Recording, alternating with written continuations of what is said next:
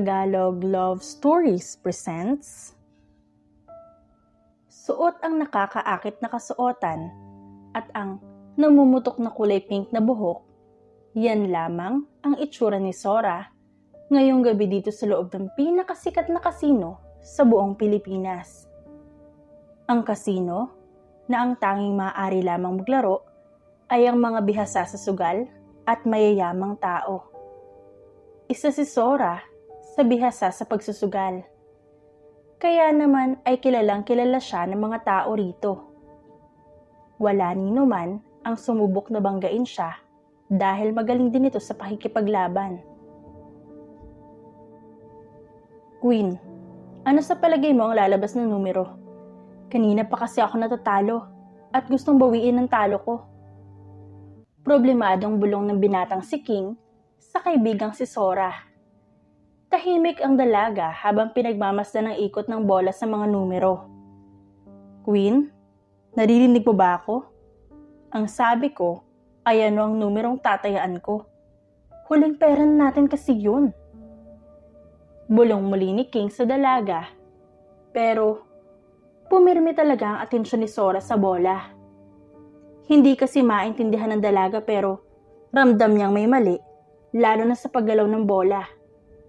May abnormalities kasi ang galaw nito, kaya naging sunod-sunod ang talo ng kaibigan niya.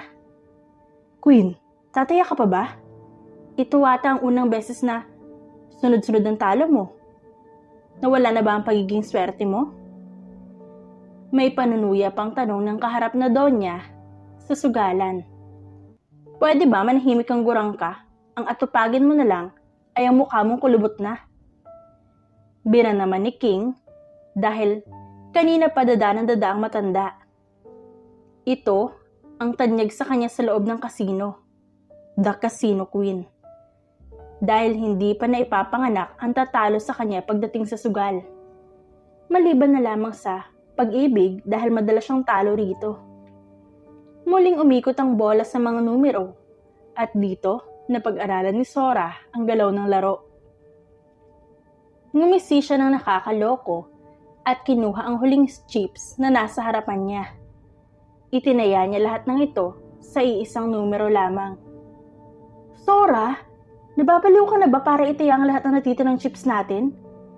Simula nang dumating tayo rito, ay naging sunod-sunod ang talo natin. Wala na ako madadalang pera pa uwi kay inay. Nag-hysterical ang kanyang kaibigan. Pero tinapik lang nito ang balikat ng kaibigan upang kahit papaano ay mawala ang takot nito. Bata pa silang dalawa ay magkaibigan na sila dalawa. Ito ang nag-iisang kaibigan na nakatagal sa basurang ugali niya. Alam ng kaibigan ang lihim nila magkakapatid at isa ito sa maaasahan. Isinama niya lamang ito ngayon dahil kailangan niya ng pain upang manalo sa bagong laro ito. Are you sure, Miss Queen, na itataya mo ang lahat ng chips mo? Nagkakahalaga ng mahigit 100,000 ang mga yan. May pag-aalalang tanong ng bangka sa harapan nila. Ito ang nagmamaniobra sa laro, kaya alam nito kung kailan aatras ang manunugal o kung kailan ito lalaban. Yes, Brett, handa na akong umuwi ng may 1,000,000. Maangas pang sambit ni Sora. Pikit matang nilunok ni King ang naipong laway nang ihagis na ang bola sa mga numero. Bawat ikot nito ay ang paghalukay sa bituka ng kaibigan, pero natulala ito nang tumapat sa numerong napili ni Sora ang bola. Congratulations again, Queen. Malawak ang pagkakangiti ni Brett nang iabot ang 1,000,000 cash kay Sora. Hanggang ngayon, ay tulala pa rin si King at hindi makapaniwala sa nangyari. Totoo ba ito? Nanalo ka? Umuwi tayo ng may 1,000,000? Pang-10 niyang tanong kay Sora habang tanga ng salapi sa kamay. Pauwi na sila ngayon sa kanya-kanyang tahanan nang may malawak ng ngiti habang ang misteryosong lalaki na nakatago sa makapal na kortina ay nakangisi na parang aso. Tanga ng kupita ng alak, prenteng nakatayo si Justin sa terasa ng kasino niya. at taimtim na nanonood sa mga manunugal. Ito ang unang beses ni Justin na makauwi sa Pinas matapos ng 10 taon na paninirahan sa ibang bansa. Anong balita sa inyo ni Anastasia? Hindi ba matutuloy ang kasal niyo? Isang himala talaga na hinayaan kanyang umuwi ng Pinas na ikaw lang. Sambit ng kasamang binata ni Justin sa terasa. Katulad ni Justin, umiinom din ito ng alak habang pinapanood ang nangyayari sa unang palapag. Kailan ka pa nag-interesado sa buhay ko, Black? At bakit ikaw ang narito? Si Dalton ang tinawagan ko para makasamang uminom sana ngayon. Busy siya sa paghahanap ng babaeng pinanghimasukan ng buhay niya. Ganon din si Edward. Nagkatampuhan sila ng estudyante niya. Sabi ni Black na para bang napilitan din itong tumungo rito upang samahan ng damuho. Pero maiba tayo ng usapan. Kilala mo ba kung sino ang babaeng yan? Dinuro pa ni Justin ang babaeng may pink na buhok. Kahit nakatago ang kalahati nitong muka, hindi maitatanggi na napakaganda ng babae. Mas lalong lumapit si Justin sa terasa upang mas matanaw ang babae. Kahit anong paninitig ang gawin niya, ay sadyang napakaganda nito.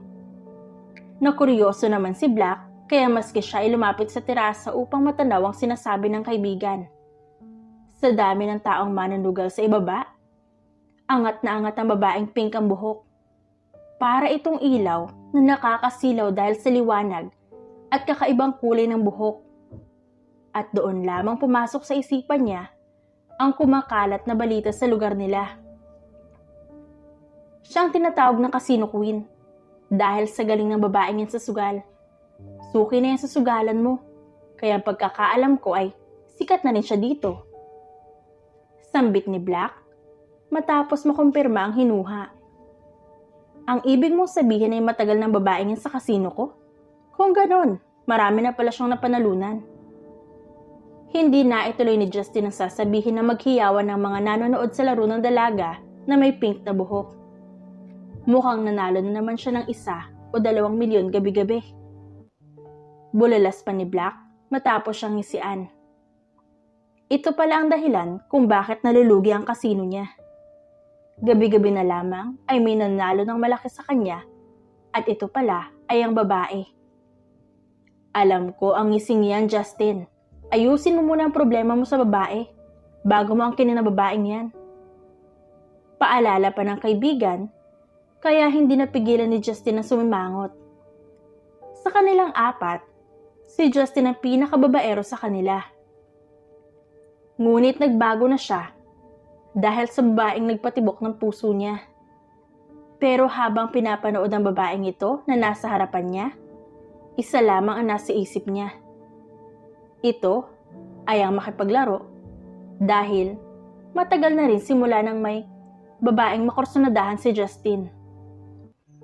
Kinagabihan, mag-isang nagtungo si Sora sa kasino dahil kinailangan ng kaibigan niyang umuwi sa probinsya para sa pamilya nito. Nabalitaan ng kaibigan na lumala daw ang sakit ng ina nito, kaya kahit gusto man itong samahan si Sora ay hindi maaari. Suot ang itim na crop top at jeans, inilugay din niya ang itim na buhok at nagsuot ng itim na mask. Mabilis lamang siya ngayong gabi dahil may dapat pa siyang tapusin na misyon na napag-usapan nila magkakapatid. Nag-iisa ka ata ngayon, Queen. Sabi ng bouncer pagkapasok ni Sora sa loob ng kasino. Ito na nga ba ang ayaw niya sa tuwing mag-isa siya rito? Nagmumukha siyang batang nawawala sa parke. At aminado siyang hindi niya alam ang gagawin niya. Oo nga po, kuya. Pero dating gawi, mag-uwi ako ng 1 milyon. Mayabang pang sabi ni Sora na nagpalaki sa ngisi ng bouncer. Diyos ko, Queen. Kung di mo pa nababalitaan, umuwi na ang king sa kasino. Mukhang may makakatapat ka na ngayon. Iiling-iling pa nitong sabi. Nagtaka naman si Sora at mas tumalim ang tingin niya sa bouncer. Anong sinasabi mong king, kuya? Malalaman mo kapag nakapasok ka na sa loob. Simpleng sagot ng bouncer, Kaya wala nang nagawa si Sora kundi ang alamin ito ng mag-isa. Pagtapak pa lang niya sa loob ng kasino, katahimikan ng namayani. Nakafocus lamang ang lahat ng tao sa iisang laro. King, pakiusap naman. Bigyan mo naman ako ng pagkakataon upang mabawi ang natalo ko. Dinig ni Sora sa sigaw ng lalaki. Ito ata ang isang player sa laro sa harapan nila. Dahil na rin kuryoso si Sora, lumapit siya upang mas makita ang nangyayari. Sa harapan niya ay ang 5 manlalaro ng mahjong. At sa gitna ay ang lalaking saksakan ng gwapo habang nakasuot ng kaswal na damit. Sa harapan ng lalaki ay ang ilang milyong chips. Ito rin ang marahil na napanalunan nito. Nang magtama pa ang mata nila, ay biglang kinabahan si Sora dahil na rin sa pagkakangisi nito sa kanya. Ang laro ay laro, mister. Kaya kung wala ka ng pera, pwede ka na umalis dyan. At baka may ibang tao pa ang gustong maglaro. Sabi ng lalaki pero kay Sora ang tingin. Parang sa kanya sinasabi ang salitang yon. Pero King, kailangan ko ng pera. Dahil ipambabayad ko yun sa sunod na stocks ng kumpanya ko. Isang laro pa, pakiusap. Lumuhod na rin ang lalaki sa harapan nito, pero walang awa ang mababakas sa mukha ng binata. Ang laro ay laro, mister, at wala akong magagawa kung mas pinili mo ipatalo ang perang mahalaga pala sa'yo. Hindi ko nakasalanan kung mapili mong magbakas sakali sa perang may paggagamitan ka pala. Kaya nga sugal eh. Isusugal mo at dapat ay handa kang matalo o manalo. Sabi ng lalaki at dito ay naging agree si Sora dahil desisyon ng lalaki na wag ipatalo ang pera ngunit mukhang naging gani dito sa kakapiranggot na panalo. Wala nang nagawa pa ang lalaki kundi umuwi ng luhaan at talo. Pero hindi nagpunta dito si Sora para maawa. Narito siya para maglaro dahil nauubos na rin ang pera niya. Ang masama pa ay wala pa silang gimmick na magkakapatid. Bumalik lamang ang atensyon ni Sora sa laro nang tawagin siya ng lalaki. Pinky? O tawagin na lang kita sa bansag sa'yo na Queen. Gusto mo ba maglaro ng mahjong? Aya nito sa kanya.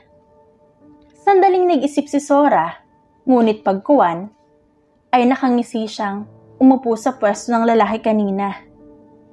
Hindi inakala ni Sora na ito pala ang huling ngisi sa labi niya dahil 15 minutos pa lang lumilipas nang magsimula ang laro, ngunit mabilis na tinapos ng lalaki ang laro nila. At nasa kalahating milyon na ang natatalo ni Sora. Naging malakas din ang mga bulungan sa paligid. Nauubos na rin ang pasensya ni Sora. Are you sure na ikaw ang queen ng kasino ko? Bakit parang natatalo ata ang queen ng lahat? Dinig pang panunuyan ng lalaki kay Sora.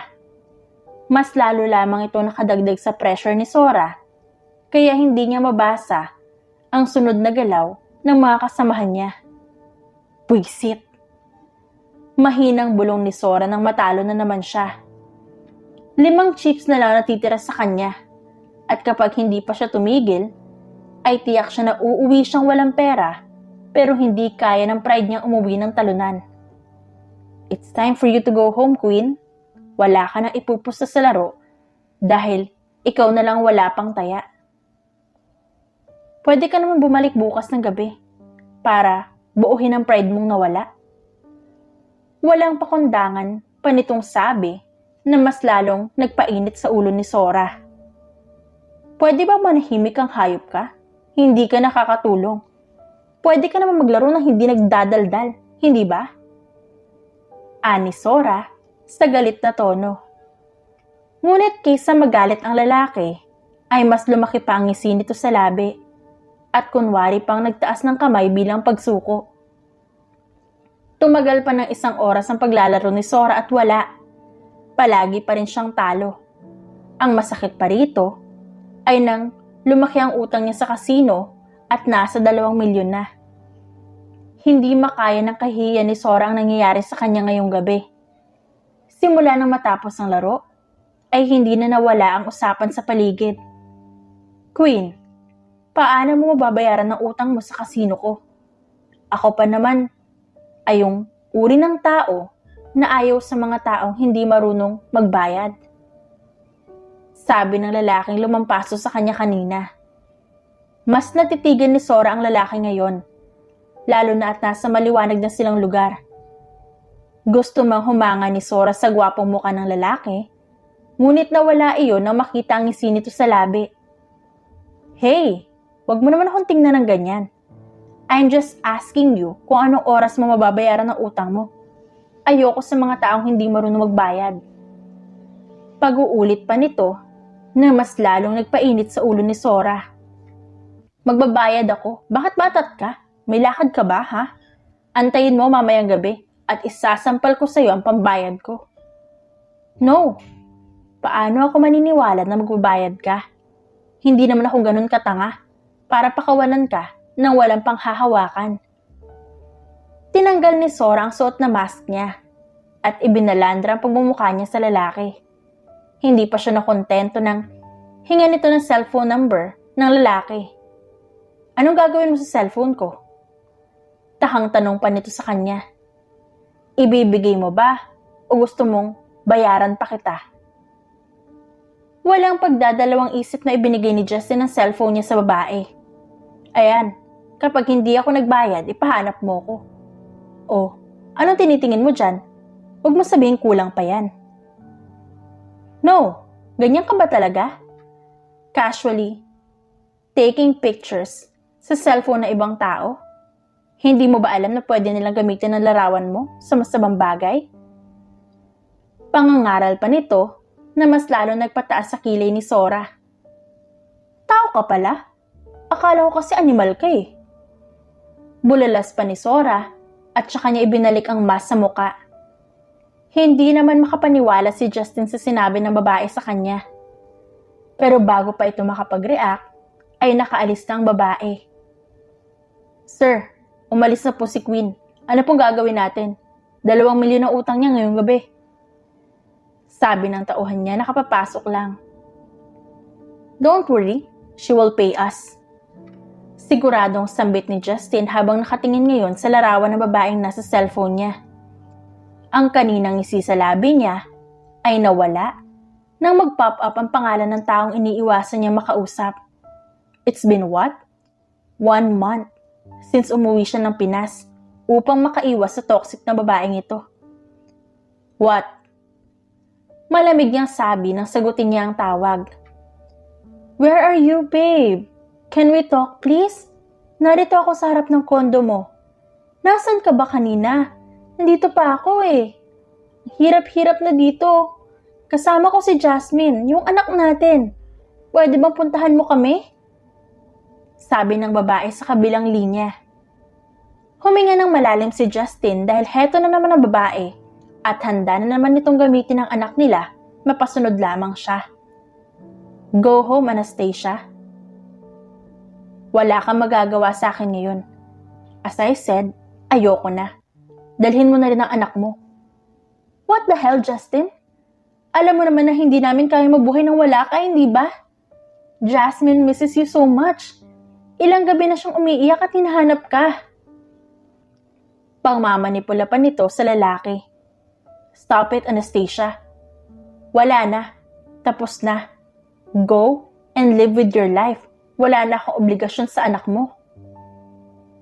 Walang pusong sabi ni Justin. Justin! Anak mo si Jasmine. Ano ba sinasabi mo dyan?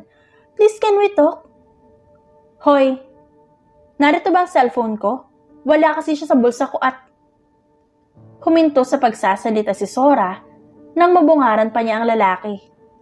Umiiyak ito habang may kausap sa cellphone at naroon ng sakit at panghihinayang sa mga mata. Love? Saad ng lalaki. Huh? Parang tanga namang sabi ni Sora dahil sa kanya ito nakatingin, lalo na nang maglakad dito sa kanya sabay yakap ng sobrang higpit. Ikaw ba ay may saltik, mister? Takang tanong ni Sora dahil hindi niya alam kung bakit naging ganito ang lalaki. Shut up at makipag-cooperate ka na lang. Mahinang bulong pa nito. Justin? Justin! May kasama ka bang ibang babae dyan? Justin! Dinig na sabi ng babae sa cellphone. Dito lang napagtanto ni Sora ang kinikilos ng lalaki. Pero bakit kailangan may yakap pa? Pero kaysa pansinin pa ito, ay kinuha na lamang ni Sora ang cellphone ng lalaking tinawag na pangalang Justin. Hello? Who's this? Pwede bang wag mo nang tawagan ng asawa ko? Ganun ka ba kadesperada? Buntis ako at siya ang ama, kaya tigilan mo na kami.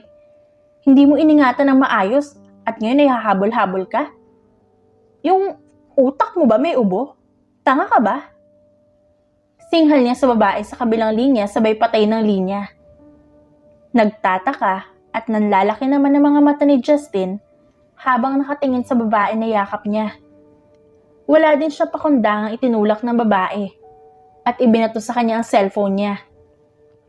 Ayan, hindi ka nagguguluhin ng babae mo. Kalalaking tao umiiyak sa babaeng hindi makita ang halaga mo. Diyos ko! Bawasan mo na utang ko dahil tinulungan kitang tanggalan ka ng sakit ng ulo. Sabi pa nito na mas lalong nagpanganga kay Justin. 4 na oras na makauwi si Sora galing sa kasino at sa unang pagkakataon ay natalo siya at nagkaroon pa ng utang. Nakausap na rin niya ang mga kapatid niya at hindi niya alam kung paano mababayaran ng lalaki. Hanggang sa wala pa rin talagang racket silang magkakapatid. Wala pa ba tayong racket? Ang laki na kasi ng utang ko sa kasino dahil sa lalaking yun. Kailangan ko ng pambayad. Problemadong sabi ni Sora sa mga kapatid niya. Hindi na muna siya tumungo sa kasino dahil wala siyang ipambabayad. Heto na ang bagong target natin. Sabi ni Sarah sa mga kapatid niya sabay pakita ng larawan ng mga lalaking pinagkakautangan. Iyan yung lalaking may ari ng kasino Hiyaw niya. Siya ang isa sa may-ari ng pinakamalaking kasino sa Pinas. Hindi lang yun. Dahil isang bilyonaryo ang isang yan, pero base source na kinuha ko ay galing sa illegal na mga perang pumapasok sa kasino niya. Alam mo ba yung Black Diamond na pag-aari niya? Ay ninakaw lang daw ito sa totoong may-ari. Iyon ang dapat na makuha mo, Sora. Ang sabi pa ay pag-aari ng Pilipinas ito. So kailangan natin ibalik ang diamante na yan at pipingas lang tayo ng konti. Paliwanag ni Sarah sa kanya. Pero ang tinik ng isang yan, siyang tumalo sa akin sa sugal. Aniya pa kung saan mararamdaman talaga ang sama ng loob niya. Ito ba naman ang kauna-unahang lalaking lumampaso sa kanya? Anyway, saan nakatago ang diamante na yan? Tanong pa niya sa kapatid. Sa basement ng kasino niya. Sigurado ka ba? Wala na bang ibang lugar na maaaring pagtaguan? Bakit? Takang tanong ni Sarah sa kanya. Paano ba sasabihin ni Sora sa kapatid na sinubukan niyang pasukan ang buong kasino upang mahanap ang naliligaw na salapi? Wala naman. Napakalaki ng kasino niyan. At isa pa ang daming tao dyan at mga CCTV kaya ang hirap din makalusot. Palusot niya sabay iwas ng tingin. Then do something para makuha mo yan. Dahil kahit hindi ka na magtrabaho ng ilang taon, ay mabubuhay ka sa halaga niyan. Sabi ni Sarah. Nang gabing iyon ay nagpa siya si Sora na pasukin ng kasino upang makabayad na rin sa utang niya. Gamit ang galing niya sa pagdidisguise, nagawang maitago ni Sora ang itsura. Nagawa niyang magbalat kayo bilang isang lalaki. Itinago niyang buhok sa itim na wig. Pati na rin ang armas niya ay nakatago sa loob ng damit. Wala na siyang sinayang na oras pa at tumungo na lang sa kasino. Sir, bago ka ba? May dala ka bang black card? Tanong ng bouncer sa kanya. Nawala sa isip ni Sora na hindi pala basta-basta nakakapasok dito. Mabuti na lang at dala niya ang black card ng kaibigan niyang si King. Here. Sabay pakita ng card. Tumango naman ang bouncer, kaya siya pinadaan nito. Ganoon pa rin ang kasino at walang nagbago at kinagagalak talaga niya dahil wala ang may-ari nito.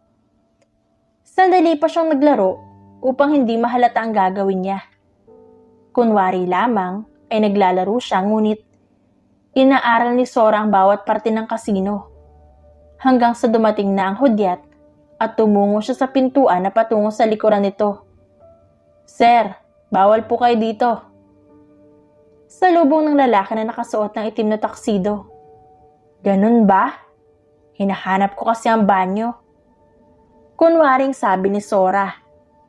Kinuha ng lalaki ang walkie-talkie sa bulsa upang mag-report, pero inunahan niya ito ng suntok sa sikmura. Agad na nawalan ng malay ang lalaki, kaya binitawan niya ito. Dumiretso sa loob ng nag-iisang pintuan at mayroon na namang pintuan hanggang sa pintuan na naman at ang huling pintuan. Napangiti si Sora na makita ang hinahanap niya. Nakalagay ang bagay na iyon sa salamin na box. Singlaki lang ng 25 cents ang diamond na hinahanap niya. Hahawakan na sana ito ni Sora nang maramdaman niya ang presensya ng tao sa likuran. Mabuti na lamang at naiwasan niya ang pagtangkang paghila sa buhok niya. Sino ka? Anong ginagawa mo sa teritoryo ko? Dumagundong pa ang boses nito sa apat na sulok ng maliit na kwarto kung nasan sila. Hindi nagsalita si Sora dahil tiyak na makikilala siya nito. Pipi ka ba o bingi para hindi mo marinig ang sinasabi ko? Sino ka at anong ginagawa mo dito? Naglumikot ang mata ni Sora dahil naghahanap siya ng madadaanan upang makatakas sa ganitong sitwasyon. Naiipit na siya sa sitwasyon kung saan nakasalalay na ang sarili at mga kapatid niya. Magbibilang ako ng 3 at kapag hindi mo sinagot kung sino ka, ay sisiguraduhin kong babalian kita ng buto. Pagbabanta pa nito na mas lalong nagpakaba kay Sora. Pinakiramdaman ni Sora ang kilos ng lalaki at hindi nga siya nagkamali nang bigla itong sumugod papunta sa kanya. Mabilis na umiwas si Sora nang subukang hablutin ang kwelyo niya. Hindi pa siya nakakapwesto ng maayos nang lumipad naman ang tadyak ng lalaki sa tagiliran niya. Mabuti na lamang nasanggaan niya itong gamit ang braso. Si Sora naman ang umatake at isang malakas na suntok sa panga nito ang atake niya. Pero umiwas ang lalaki at ngumisi pa ito na nakakaloko at akmang hahablutin ang buhok niya pero nagawa makaiwas ni Sora. You're really good, huh? Puri pa nito pero mas niluwagan pa ang suot na necktie. Palagay mo ba hahayaan kita makawala? Magnanakaw? Hiyaw ng lalaki at muling sumugod. Napamura na lang si Sora dahil mas bumilis ang bawat atake ng lalaki. Shit! Hiyaw ni Sora nang madaplisan siya ng suntok sa gilid ng muka kaya naramdaman ni Sora ang paggalaw ng suot niyang wig. Hindi siya binigyan ng pagkakataon para maayos ito dahil isang tadyak ang pinakawalan nito na tumama sa tiyan niya. Pwisit! Queen? Sabay pang sambit matapos matanggal ang wig sa ulo ni Sora at sumambulat ang mahabang pink na buhok. Ikaw ang magnanakaw? Bakit? Shit! Napamura na lamang si Justin nang tuhuran siya nito sa gitnang parte ng katawan niya. Pero, nakahablot pa rin niya ang manggas na suot ng babae. I will not let you go. The hell you woman? Tatanggalan mo pa ako ng kaligayahan? Inis niyang hiyaw. Bitiwan mo na ako bago pa kita tuluyang tanggalan ng kinabukasan. Pagbabanta ni Sora pero hindi siya binitawan ng lalaki. Huwag ka nang manlaban. Pero hindi inakala ni Justin ang sunod na ginawa ng babae. Siniilang naman siya ng halik ng babae. Kaya hindi niya namalayan na mabitawan niya ito. Hindi niya inaasahan ang sunod pa nitong ginawa dahil sinuntok siya nito sa mukha sabay sibat paalis. "Damn you, woman!" Hasik ni Justin habang tanga ng basag niyang ilong. Naririnig pa ni Justin ang mga yapak na papalapit sa kanya at ito ay ang mga tanga niyang tauhan. "Boss!" Sabay-sabay pa nitong tawag sa kanya at tinulungan na rin siya makatayo. "Did you see her?" Tanong niya sa mga tauhan niya. "Who, boss?" Takang tanong pa ng mga ito.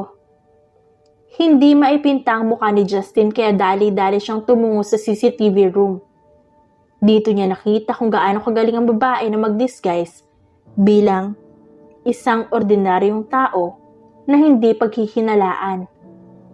Napatawa ng malakas si Justin dahil ngayon lamang siya nakatagpo ng ganitong babae. "Ihanda niyo mga kasama niyo dahil may hahanapin tayong pusa," sabi niya sa mga tauhan niya. "Sir, pusa? Kailan ka pa nagkaroon ng interes sa pusa? At may pusa ba dito?" Takang tanong pa ng mga ito. "Pusa na kulay pink at nagawa pa akong masuntok," aniya na hindi pa rin naaalis ang tingin sa monitor habang sinusundan ng tingin ng babaeng inagawa na siya ng halik at nagawa pang basagin ang ilong niya.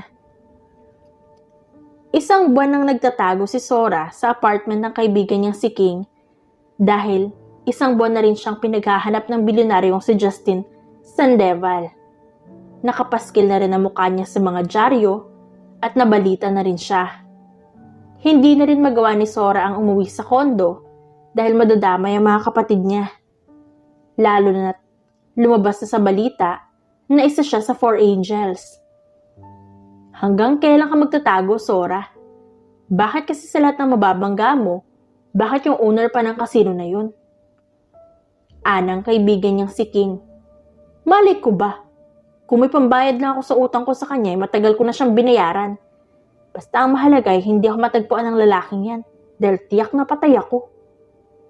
Aniya. "O siya, dito ka na lang sa apartment ko. Bibili ako ng Jollibee dyan para may lunch tayo. Nakakasawa na kasi ang isda. At gulay. Parang gusto ko naman ng kakaiba."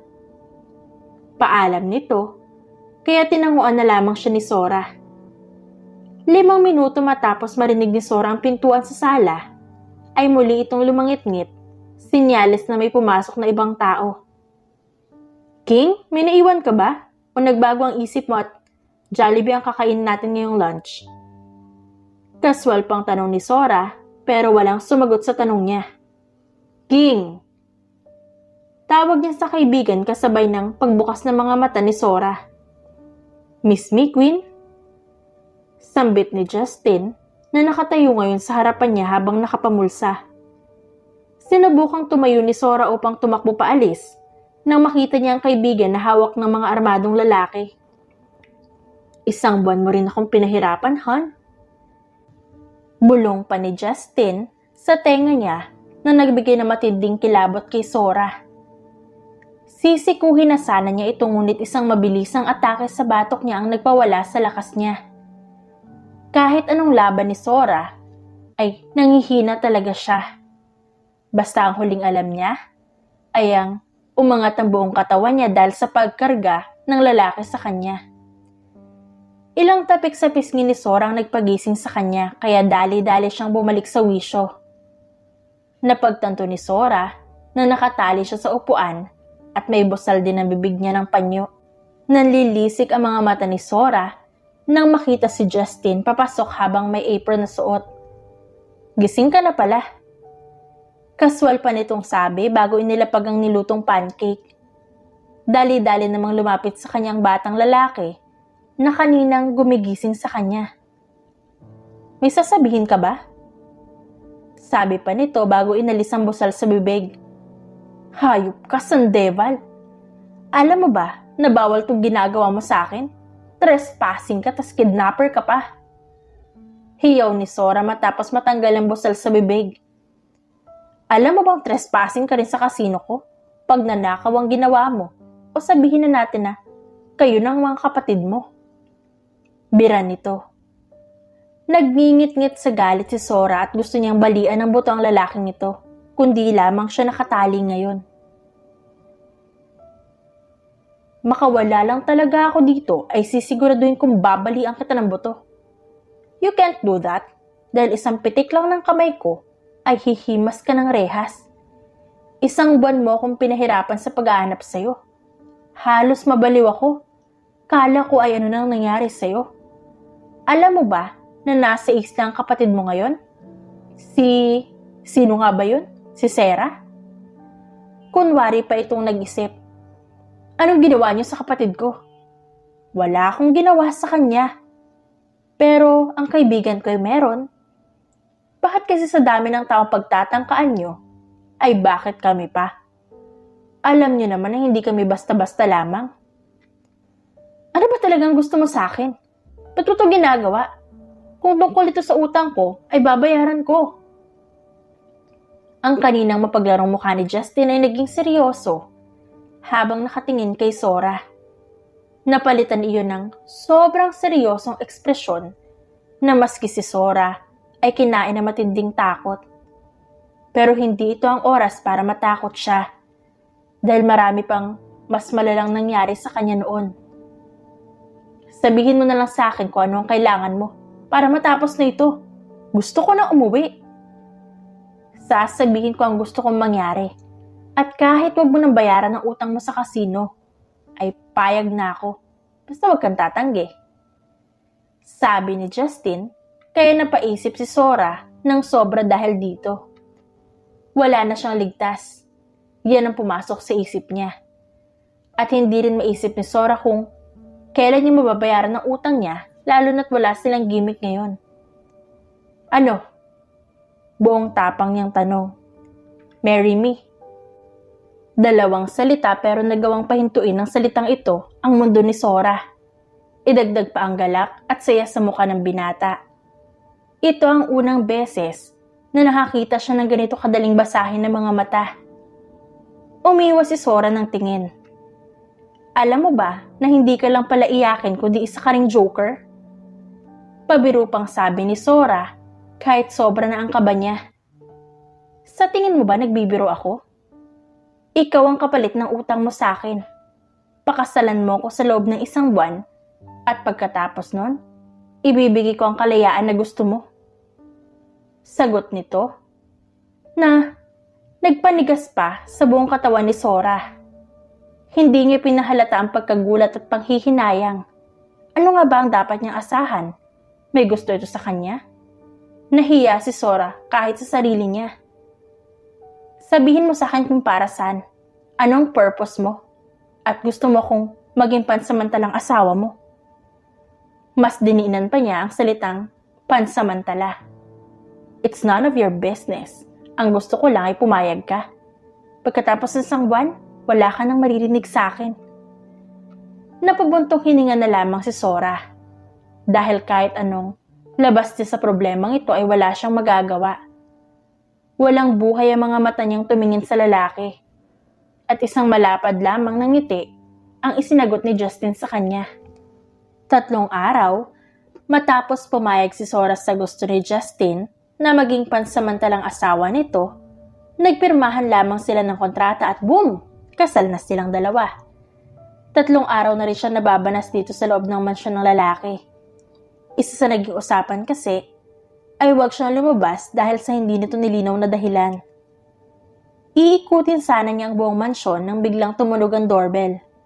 Kaya tamad na tamad siyang naglakad patungo sa pinto. Pagbukas niya ng pintuan, bumungad sa kanya isang batang babae at ang isang babae. Who are you? Ikaw ang bagong katulong? Pakitawag nga si Justin? Sabi pa nito na parang donya na naglakad papasok sa loob ng mansyon. Basta na lang din umupo sa mahabang sofa. Hindi sumunod si Sora bagkus. Pinanood niya lang ang hindi kilalang babae. What? Hindi ba ang sabi ko sa'yo ay tawagin mo ang asawa ko? Utos nitong muli. Wala dito ang asawa ko, nasa trabaho pa. Sabi ni Sora. Excuse me? Sabi ng babae dahil hindi ito makapaniwala sa narinig mula sa babae. Excuse me din dahil hindi ka kailangan sa pamamahay ko at maaari ka nang umalis. Sino ka ba sa inaakala mo? Fiancé ako ni Justin. Nakikita mo ba ang batang ito? Anak namin siya. Duro nito sa 5 taong gulang na batang babae na ni katitingay wala man lang resemblance kay Justin. Asawa ko ang sinasabi mong fiancé mo? Miss whoever you are, makakaalis ka na, utang na loob. Malumanay pa rin ang pagkakasabi ni Sora, pero hindi na maipinta ang muka ng babaeng nasa harapan. Ang kapal talaga ng mukha mong babae ka? Sino ka ba sa inaakala mo? Umalis ka sa pamamahay ng fiancé ko bago pa kita kalad ka rin paalis dito. Hiyaw ng babae at sinubukan pang hablutin ang buhok ni Sora. Mabuti na lang at may pumigil dito. Daddy! Galak pang sigaw ng batang babae at saka niyakap sa mga hita si Justin. Pero hindi roon ang atensyon ni Justin kundi sa kamay ng babaeng nang himasok sa tahanan nila. Anong ginagawa mo dito, Anastasia? Hindi ba ang sabi ko sa iyo ay huwag ka na magpapakita sa akin? Bakit hindi ka bumalik sa ama ng anak mo?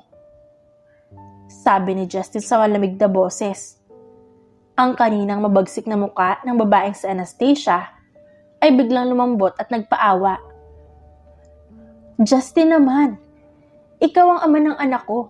Ilang beses ba natin itong napag-usapan? Alam mo naman na ikaw lang ang mahal ko, hindi ba? Umikot ang mga mata ni Sora habang pinapanood ang babae dahil sa kadramahan nito.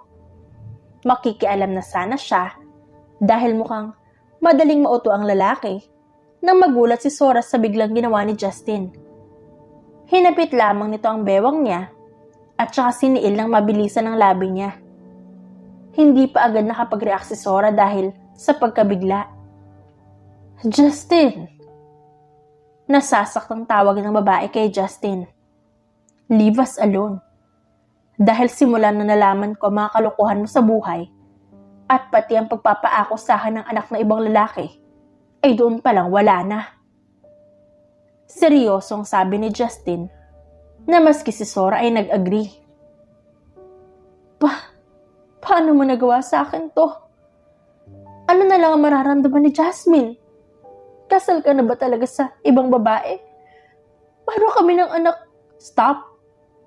Hindi mo ba naiintindihan ang sinabi ng asawa ko? Ayaw na niya sa'yo at hindi ka niya ang anak mo. Pwede ka nang umalis at isama mo ang anak mo.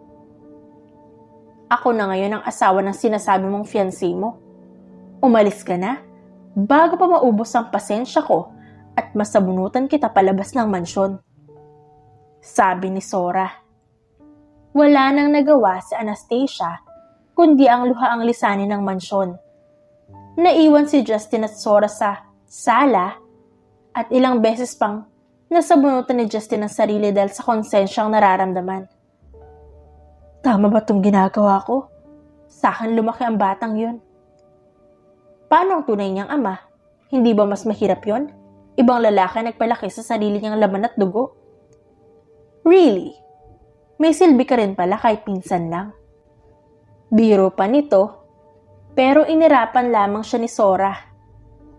Napangiti ng malawak si Justin dahil sa kasungitan ng babae.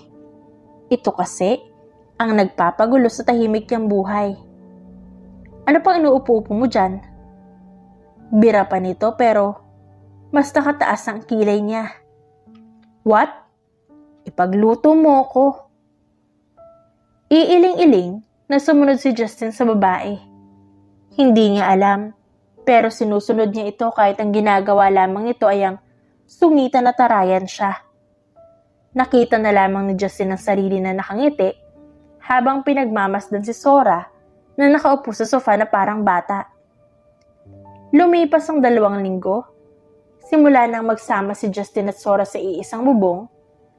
Wala namang bago dahil para pa rin silang aso't pusa dahil sa bangayan at paglalaban nila ng pisikal. Humanda si Sora upang atakihin si Justin. mula sa likuran pero mabilis na nailaga nito ni Justin. Pwede bang hayaan mo ako makadaplis lang sa'yo? Kanina pa tayo pero panay-iwas ka sa bawat atake ko. Umatake ka naman. Nasaan ang thrill kung hindi ka aatake? Reklamo ni Sora. Kanina pa sila nag-sparring, pero ni isa sa kanila ay hindi pa nadadaplisan ng isa't isa. Para bang pinaglalaroan siya ni Justin dahil sa ngiti nito sa labi. Ito ang naisip nilang maging bonding ngayong walang trabaho ang binata. Sa 2 linggo na magkasama sila, nakilala ni Sora na mabait ito, ngunit pilyo nga lang. Minsan nga ay nakakaramdam ng abnormalities ang puso niya dahil bumibilis ito sa tuwing nagtatama ang mga mata nila. Kinakabahan at nagiinit naman ang magkabilang pisngi niya sa tuwing nagkakaroon sila ng kontak sa katawan. Come on, Sora! Akala ko ba magaling ka sa ganito? Bakit hindi mo ako magawang tamaan? Hindi ka talaga mananalo sa akin, no? Nga pala, isa akong Taekwondo Gold Champion, kaya marunong ako makipaglaban. Masasabi kong maganda ang bawat galaw mo at liksi. Pero madaling basahin ang kilos mo, kaya hindi ka makatama sa akin. Sabi pa nito na para bang alam ang lahat. Pero totoo ang sinasabi ng lalaki. Madaling basahin ang galaw niya. Iyan ang sinasabi ng mga kaibigan niya.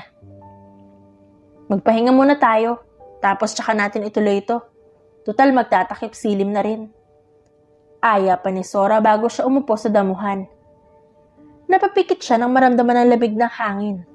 Sariwang hangin dahil napapalibutan ng mga puno ang mansyon ng asawa. Naramdaman niya ang pag-upo ni Justin sa tabi niya at ang pag-abot nito ng tubig sa kanya. Can I ask something? Paninimula pa ni Justin. Sure. Simpleng sagot naman niya. Bakit naging magnanakaw kayo? Hindi ba kayo hinuhuli ng pulis? Paano kung isuplong ko kayo? Tanong ni Justin. Dude, are you for real? Bakit mo naman isusuplong sa pulis ang asawa mo? Gusto mo bang mawala ng ina ang mga anak mo? Pabirong sagot ni Sora. If you say so, so why? Bakit pinili niyong maging magnanakaw? I'm not judging you kung bakit nyo nagustuhan ng pagnanakaw, pero why? Pwede nyo naman makuha ang lalaking nanaisin nyo kung gugustuhin nyo lang. Napaisip si Sora kung bakit mas pinili nila ang ganitong buhay kaysa maghanap ng maayos sa trabaho. Dahil siguro sa nangyari sa mami at daddy nila? Dahil wala nang ibang maisip na paraan ng ate Sera niya upang buhayin sila. Pero hindi naman nila ninanakawan ng mabubuting tao, yung masasama lang at ganid. Nagkataon lamang na napili ni Sera ang 4 na magkakaibigan na to dahil inakala nitong galing sa masama ang bawat yaman. Pero sa 2 linggo na magkasama sila ni Justin, isa lang ang alam niya rito. Mabuting lalaki ito at galing ito sa mabuting pamilya. Swerte sa buhay. Ikaw, bakit ginusto mong iwanan ang dati mong fiancé kaysa patawarin at intindihin sa ginawa niya sa'yo? Basta na lamang iyon, lumabas sa bibig ni Sora. Hindi niya gustong panghimasukan ang buhay nito pero deserve naman niyang malaman ang totoong dahilan, hindi ba? Dahil sawa na akong umintindi palagi. Dahil paulit-ulit na lang pagpapatawad ko. Kapag palagi mo silang pinapatawad, mas nababawasan ang value mo.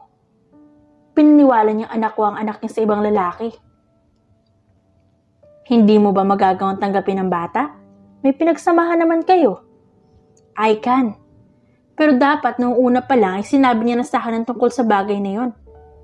Pero she insisted kasi na anak ko ang bata. Kahit lumabas naman ang totoong ama. Kung hindi ko pa nalaman, hindi niya sasabihin sa akin ang totoo. And I can't love that kind of person. We're just childhood friends, turned to lover. At kapatid na lang talaga ang may bibigay ko sa kanya. Besides, may nagugustuhan na akong ibang babae. 1 buwan ko nang hinanap. Mahabang sabi ni Justin, sabay kindat kay Sora. Bakit hindi siyang pinakasalan mo kung ganun pala? I did. Nakakalokong umisipa si Justin pero hindi yun nagustuhan ni Sora. Namintig ang sentido niya dahil sa selos. Oo, selos. Nagsiselos siya. So ginawa mo akong kabet, ganun ba? Sira ulo ka palang hayop ka. Inaano ba kita? Dahil lang sa 2 milyon? Singhal ni Sora sa lalaki. Hey, hindi pa kasi ako tapos magsalita. Bakit ka ba umiiyak? Tarantang sabi ni Justin na makitang lumuluha na si Sora. Sinubukan pa niyang hawakan si Sora pero itinaboy lang nito ang kamay niya. I hate you. Alam kong 1 buwan lang ang usapan pero bakit mo ko dinamay? Pwede na mga babaeng yun. Pinakasalan mo pa. Ano na lang sasabihin sa akin ng mga kapatid ko na pinayagan ko ang lalaki na gawin akong kabit? Hindi na natapos ni Sora ang pagsasalita nang siilin siya ng halik ni Justin. Noong una ay hindi pa siya makagalaw dahil sa pagkabigla. Pero unti-unting pinalalim ni Justin ang halikan nila hanggang sa hindi na namalaya ni Sora na tinatanggap na niya ang bawat halik nito. Calm down, sabi pa ni Justin sa pagitan ng mga halik. I didn't say na ginawa kitang kabit o other woman. Sa susunod ay ugaliin mo munang tapusin ang usapan bago ka magalit. Nakakasira ka ng momentum. Ako pa? Ako na naman ang sinisisi mo. Isang mabilis na halik na naman ang binigay ni Justin kaya tumahimik muli si Sora. Bakit ba ang ingay mo, ha? Nasira ang confession ko dahil sa'yo.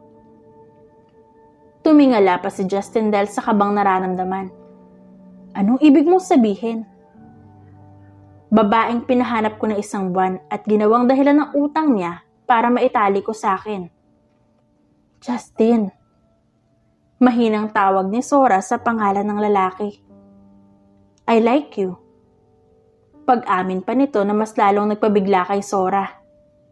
Ikaw lang ang babaeng nagawa akong masuntok ng ganon at naging pangahas upang guluhin ang nananahimik kong buhay. Panindigan mo to dahil sinasabi ko sa'yo wala ka nang kawala sa akin. Nakangiting sabi ni Justin na mas lalong nagpabuhos sa masasaganang luha ni Sora. Parang tanga naman, pinapaiyak ako nito. Luha ang sabi ni Sora matapos ang pag-amin ng binata sa kanya. Magkayakapan nilang sinalubong ang maliwanag na buwan habang may ngiti ang mga labi nila. Isa lang ang nasa isipan ni Sora sa mga oras na ito. Ito sana ay palagi na lang masaya at walang problema. Pero hindi nakikisama ang panahon dahil sunod-sunod ang dating ng mga problema sa buhay nila. Lalo na nang lumipas ang mahigit 3 buwan dahil ito ang taon na sana ay hindi na lang dumating. Tagaktak pa ang pawis si Sora habang patungo sa lugar kung saan napiling makikipagkita kay Saina dahil sa pagtatago sa asawa nito. Ngayon lang nalaman ni Sora ang kondisyon ng babae. Nalaman niya rin na nasa mabuting kondisyon si Sera, ngunit ang dalawa niyang kapatid na si Saina at Sulen ay hindi maayos ang sitwasyon. Mabilis na pumasok si Sora sa loob ng maliit na coffee shop at pinaikot ang paningin sa kabuuan ng lugar. At nahagip ng mga mata si Saina. Nakasuot ito ng hoodie jacket at cap. Saina. Tawag niya sa pangalan ng kapatid nang makaupo siya sa harapan nito. Anong katanghanang nabalitaan kung ginawa mo sa kapatid natin? Nababaliw ka na ba? Kailan pa nawala ang utak mo sa sarili mong ulo at hinayaan mong makasama ang asawa ni Sulen? Nag-isip ka ba? Mahinang singhal niya sa kapatid. Gusto na niyang suntukin ito ngunit hindi niya lamang magawa dahil may umbok itong tiyan. Pati ba naman ikaw, Sora? Hindi ko naman ginusto to. Ginusto ang ano? Ang sumama sa asawa ng kapatid mo? Wala ka bang asawa? Hindi na talaga napigilan ni Sora ang galit niya dahil sa nabalitaan niyang ginawa ng magaling niyang kapatid. Ano bang pinagsasabi mo? Kaya lang ako sumama kay Black dahil pinagtangkaan ni Edward ang buhay ko. Iniligtas ko lamang ang buhay ko at ng anak ko. At hindi naman kami magkasama ni Black sa isang bubong. Itinago niya ako upang hindi ako makita ni Edward. Paliwanag dito kay Sora, pero hindi pa rin humalit ng kapatid. Bakit hindi mo ipinaliwanag kay Sulen? Bakit hindi mo sinabi sa kanya na wala kayong relasyon ng mayor na yan? Ano ba sinasabi mo? Sinabi ko sa kanya, kaya hindi ko alam kung anong kinagagalit mo sa akin. Hindi ba dapat magalit kayo kay Solen? Dahil inilihim niya ang anak niya sa atin? Nagimbal si Sora sa sinabi ng kapatid dahil hindi niya inaasahan ito. Dahil ang nakababatang kapatid nila na si Solen ay may tinatago na anak. Paano? Paano nangyari yun? Takang tanong niya. Nabura ang ngiti sa labi ni Saina bago niya sinabi ang totoo sa kapatid. 5 taon itinago ni Solen sa kanila. Laglag ang balikat ni Sora na umuwi sa mansyon, dala ang mga katotohanan na ngayon lang niya nalaman. Ang lahat ng puzzles noon ay unti-unting nabuo at mas naiintindihan niya na kung bakit bigla nawala si Solen noon. Hindi napigilan ni Sora na maiyak dahil wala sila noong mga panahon na nagdurusa ito. Ang nakakita lamang nila ay ang tahimik at masayahing kapatid nila. Ngunit hindi nila alam na may pinagdadaanan pala ito na ganoon kabigat. Love? Salubong ni Justin sa asawa nang makita niya itong umiiyak sa gitna ng sala. May problema ba? Pwede naman nating pag-usapan. Sabi pa nito. Bakit man nangyayari ito sa amin? Dahil basta magnanakaw kami? Ganon ba kalaki ang kasalanan namin? Hagulhol niya sa dibdib ng binata. Shh! Wala kang kasalanan, okay? Walang kinalaman na naging buhay niya sa mga problema niyong magkakapatid. Ang may kasalanan ay mga kaibigan ko kasi gago sila. Kung may mga itlog lang sila, ay hindi mangyayari sa kanila ito. At hindi mangyayari ito sa buhay ng mga kapatid mo. Dagdag pa ni Justin.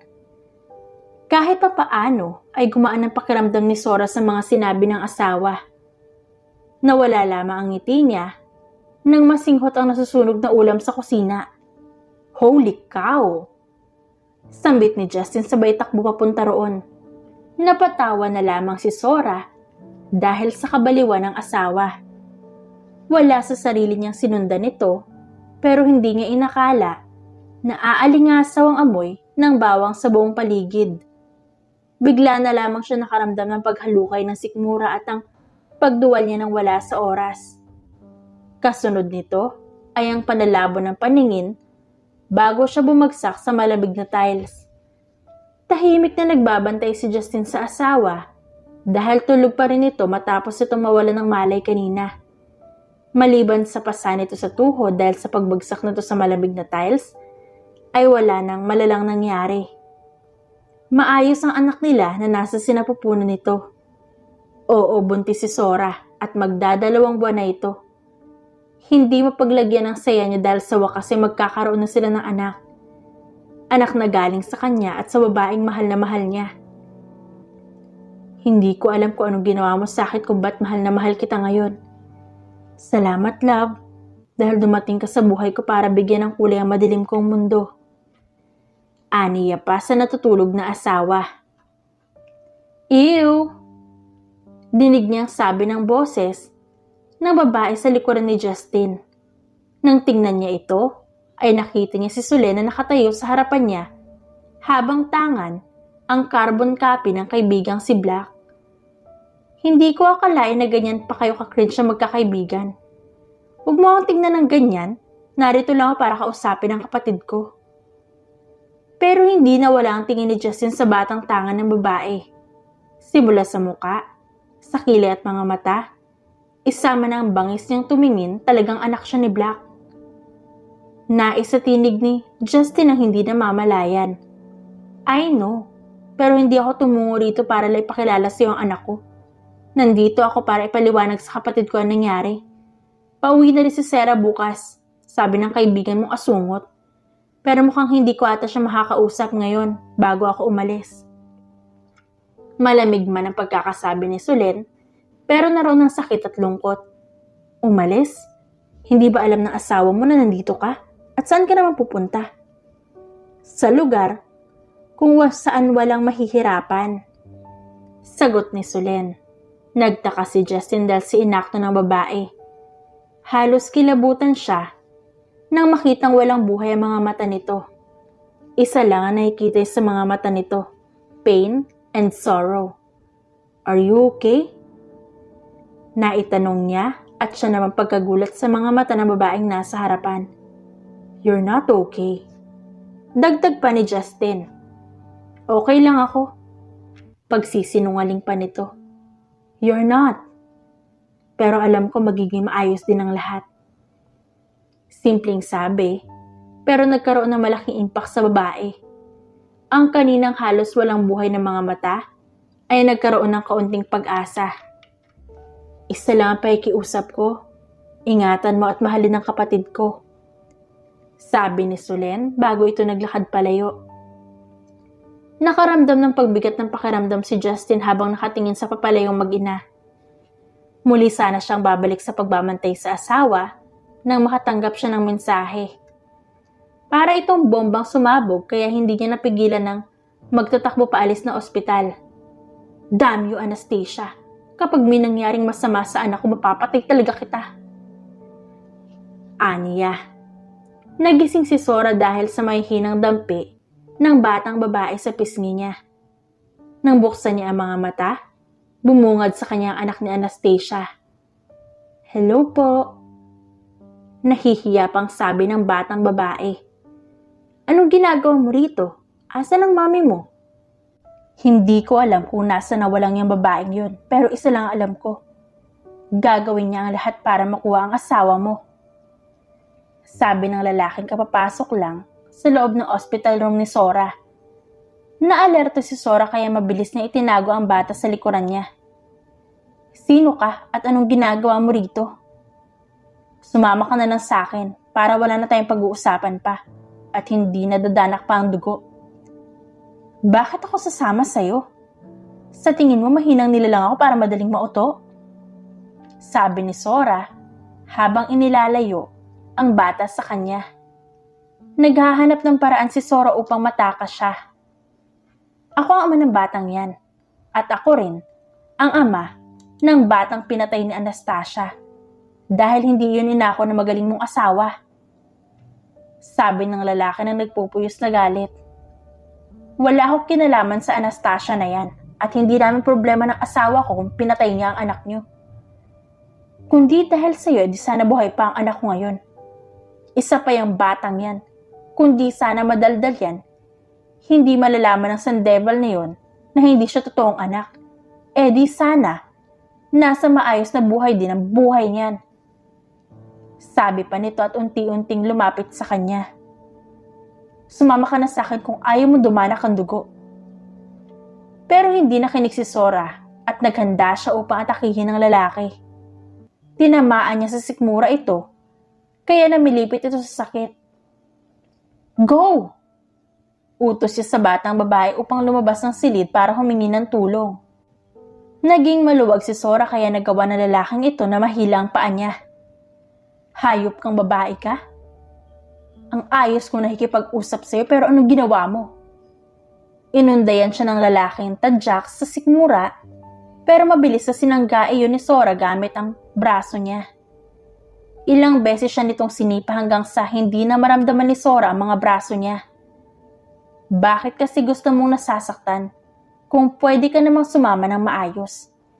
Sa bagay, bakit naman kasi hindi mababaliw sa'yo si Sandeval kung saksakan ka ng ganda? Nakakadiri pa siya nitong dinilaan sa gilid ng pisngi. Pakiramdam ni Sora, naduduwal siya sa pandidiri.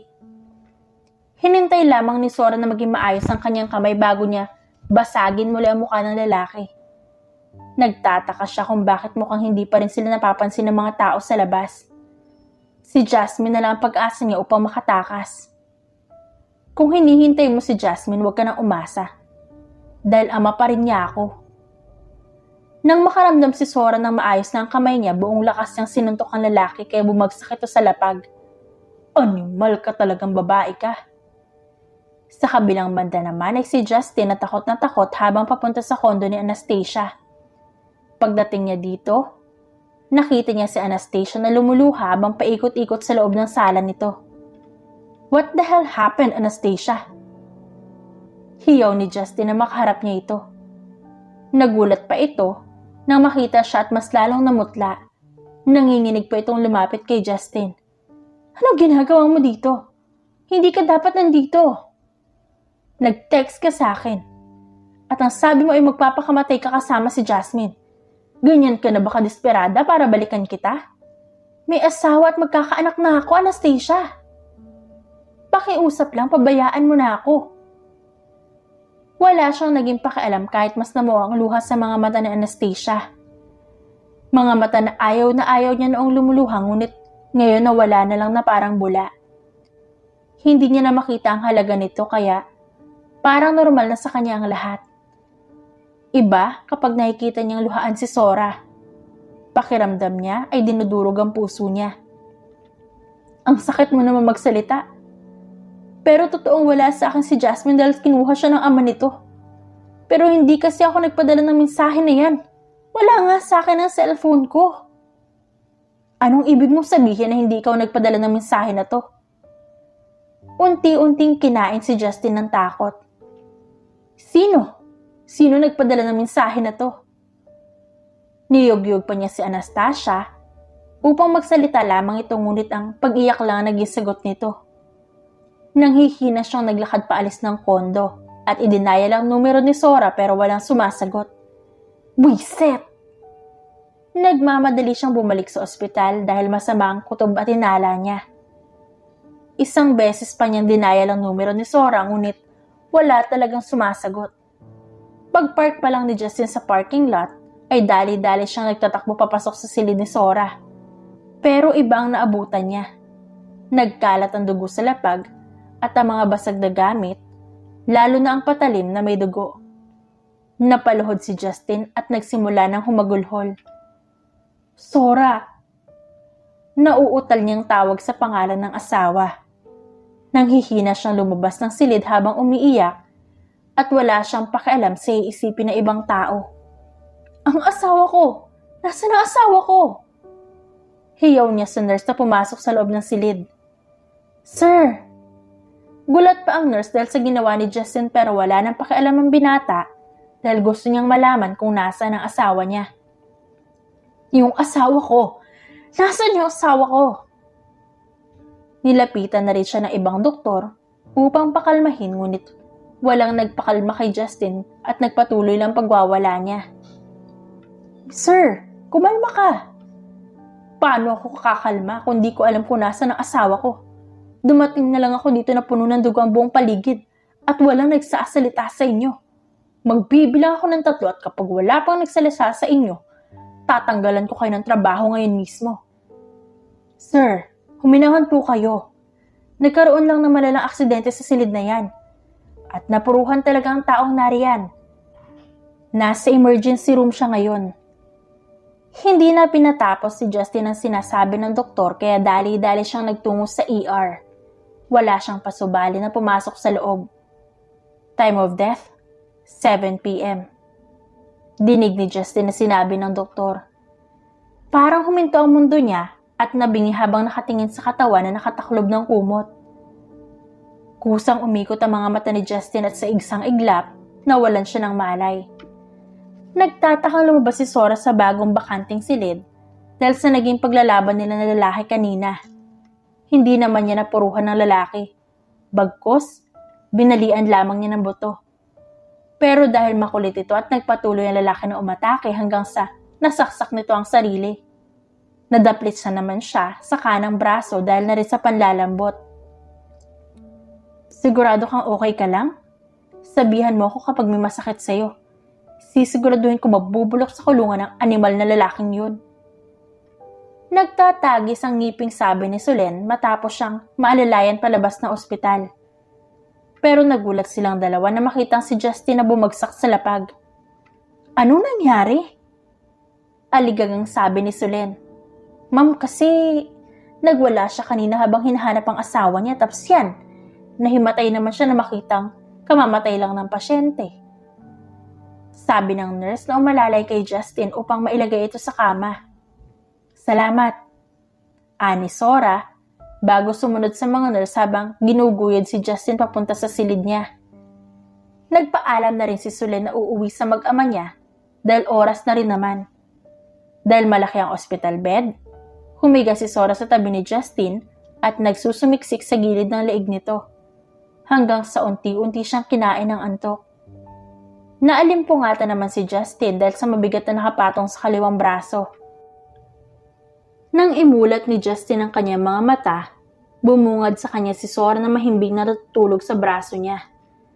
Kusang pumatak ang mga luha niya at hindi napigilan ng mahihinang hikbi dahil akala niya na wala na sa kanyang babae. God, thank you so much for giving me this jewel. Sa tulad kong makasalanan. Pagpapasalamat niya sa Diyos. Ilang beses pa niyang hinalikan si Sora sa noo bago ito niyakap ng mahimbing. Sa unang pagkakataon, naramdaman ni Justin ang peace at genuine love habang yakap ang babaeng pinakamamahal. Lumipas ang 2 buwan at bumalik na sa maayos ang buhay nila magkakapatid. Hindi na rin sila naisip ng dating gimmick, bagkus, ito na ang bagong simula ng buhay nila upang magbago. Masayang masaya si Sora habang pinagmamasdan ng mga kapatid niya kasama ang mga asawa at anak nila. Anong iningiti ng baby ko dyan? Naiinggit ka ba sa sweetness nila? Gusto mo ba tayo rin? Tanong ni Justin na kararating lang galing sa pakikipaglaro sa anak ni Solen. Ito ang unang family vacation nila dito sa Bali.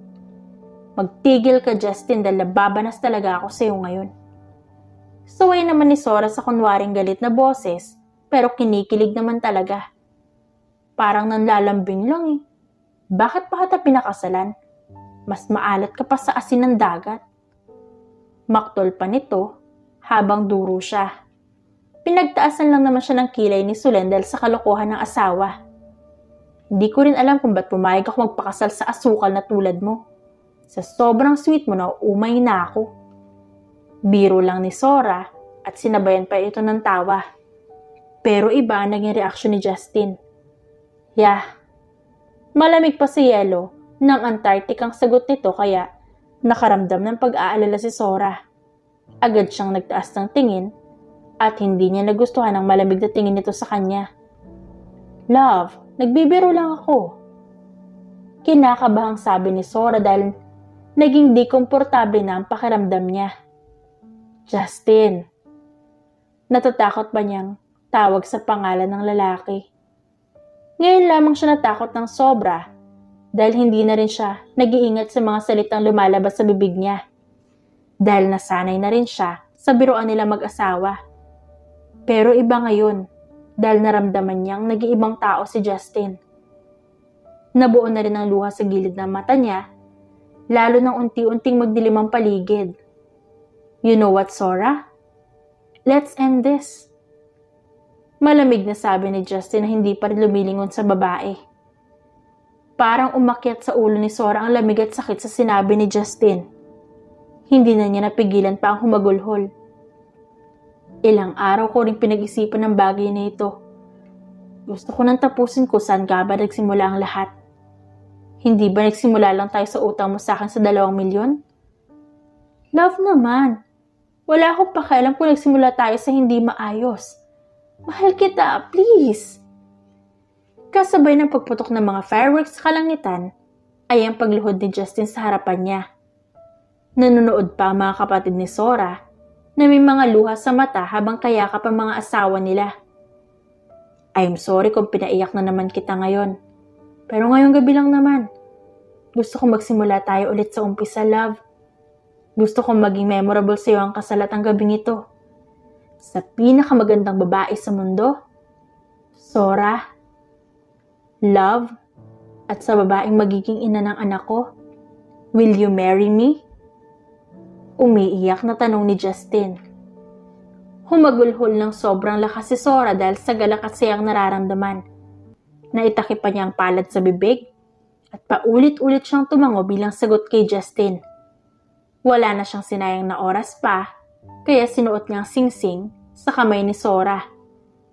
Thank you and I love you. Madamdaming bulong ni Justin matapos ang hiyawan ng mga nakasaksi. Yakap ang mga babaeng pinakamamahal nila habang pinanunood ang nagagandahang fireworks. Wala nang mas ikaliliwanag pa ang ngiti nila sa labi dahil sa wakas, natagpuan na nila ang kanilang happily ever after. The end. At dyan nagtatapos ang ating kwentong pinamagatang The Casino Queen, written by Lady Precious. Dearest friends and avid listeners, don't forget to like our videos and subscribe to our channel for more wonderful stories. Mula sa aming main channel, Randall Tagalog Love Stories, and for our second channel, Miss R Stories, lubos po naming pinasasalamatan ang inyong suporta at pagtangkilik sa aming mga likang istorya. Ingat po kayong lahat and have a good day everyone. Paalam!